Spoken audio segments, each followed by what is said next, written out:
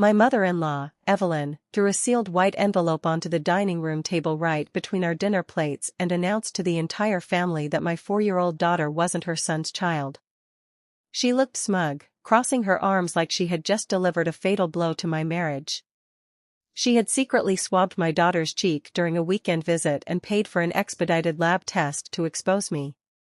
But Evelyn made one catastrophic calculation error. She didn't actually read the full forensic breakdown before making her grand entrance, because the test didn't expose my secret.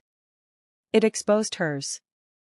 "Go ahead, Mark, open it," Evelyn demanded, her chin raised with venomous satisfaction. "See what kind of woman you really married." Mark froze, his hand hovering over the paper. The entire room went dead silent. I didn't flinch, cry, or scream. I simply reached across the table, picked up the envelope, and slid my finger under the seal. I was going to read every single line myself. Evelyn had hated me from the day Mark brought me home 6 years ago. To her, I was an outsider who didn't belong in her pristine, old-money world. She was obsessed with the concept of bloodline, constantly lecturing anyone who would listen about the prestigious Vance family lineage and the sacred importance of heritage. When our daughter, Lily, was born without the trademark dark Vance eyes, Evelyn's passive-aggressive comments turned into open hostility. She looked at our 4-year-old like an intruder. Last Saturday, Evelyn offered to babysit Lily for an afternoon. I thought she was finally trying to build a bridge.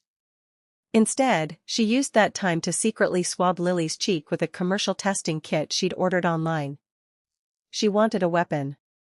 She wanted to humiliate me, shatter our marriage, and cast me out of her son's life forever. Most women in my position would have panicked, broken down in tears, or screamed under the weight of such an accusation. But I knew the truth with absolute certainty. I had never looked at another man in the 7 years Mark and I had been together. Lily was entirely, undeniably Mark's child. So, I felt no fear. As I pulled the stiff laboratory paper from the envelope, pure, cold focus took over. The dining room remained breathless. Evelyn sat back, a self-satisfied grin curling the corner of her mouth, waiting for me to break. Mark was staring at the table, his knuckles white against the mahogany wood. I opened the document and scanned the first page. Evelyn had paid extra for a high-tier familial lineage panel, likely expecting to frame a detailed rejection certificate on her living room wall. Right at the top, the primary biological conclusion stared back at me in bold print: paternal probability, 99.98%. Mark was without a doubt Lily's biological father. I exhaled a slow, quiet breath and looked up at Evelyn. She hadn't even looked past the red flag at the bottom of the summary sheet. I scrolled my eyes down to see what had made her so confident. There it was, an alert box flagged in bold red. The laboratory had noted an anomalous discrepancy in the extended familial comparison. The child shared direct, verified paternal markers with Mark, but there was a 0% match for the expected paternal grandmother's generational DNA profile. My pulse jumped, but not from fear. The science was clear and absolute. Lily was Mark's daughter. Mark was Lily's father.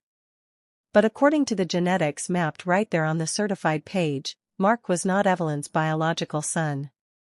Evelyn hadn't exposed an unfaithful wife. In her rush to destroy my family, she had accidentally ordered a genetic test proving she wasn't related to her own child. I didn't make a scene.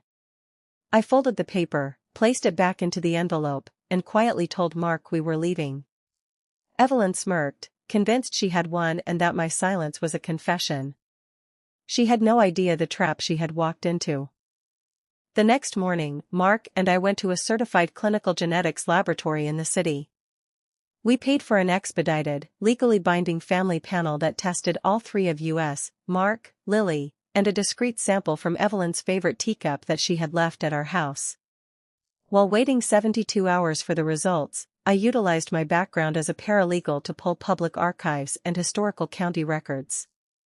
Mark was born in a private clinic in upstate New York 32 years ago, a clinic that had permanently closed just 14 months after his birth following a quiet state investigation into off-the-books adoptions. When the official lab results arrived, the clinical conclusion confirmed the commercial test with brutal precision. Mark was 99.99% Lily's father. But between Mark and Evelyn, the maternity probability was exactly 0%. I kept digging and tracked down the sealed records through a contact in probate court. 32 years ago, Evelyn's late husband had demanded an heir to secure his family trust fund. When Evelyn suffered a late-term loss, she secretly arranged an under-the-table adoption through an unlicensed broker to preserve her claim to the estate, passing Mark off as her own biological child. She had guarded that 30-year fraud with her life, only to expose it herself because she couldn't stand the sight of her daughter-in-law. 2 weeks later, the opportunity arrived at Evelyn's annual Sunday family brunch. Her siblings, cousins, and close friends filled the sprawling dining room of her estate. Evelyn had been gloating for days, telling relatives I was an unfit mother who had compromised the family name. As everyone finished their main course, Evelyn stood up, tapping her crystal glass with a silver fork.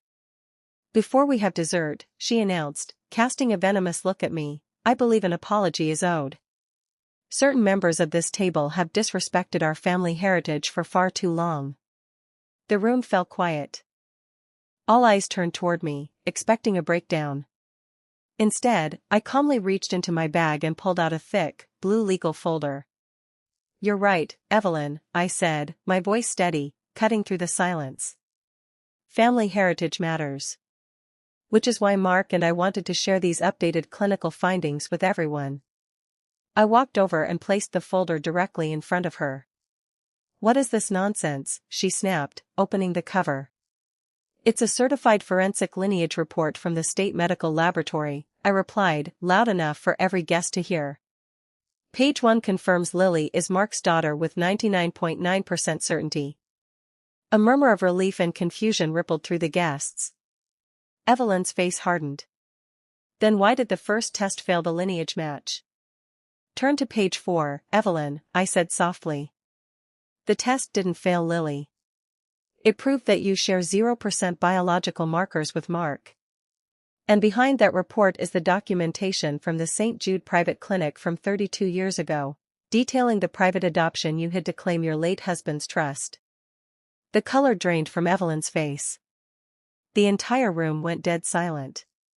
Evelyn's hands trembled as she stared at the black and white hospital records. Her pristine facade shattered in front of everyone she had spent a lifetime trying to impress. No one spoke. Mark stood up, looked at the woman who had raised him on 30 years of arrogant lectures about pure bloodlines, and said nothing. His silence was far more devastating than any shouting match could ever be.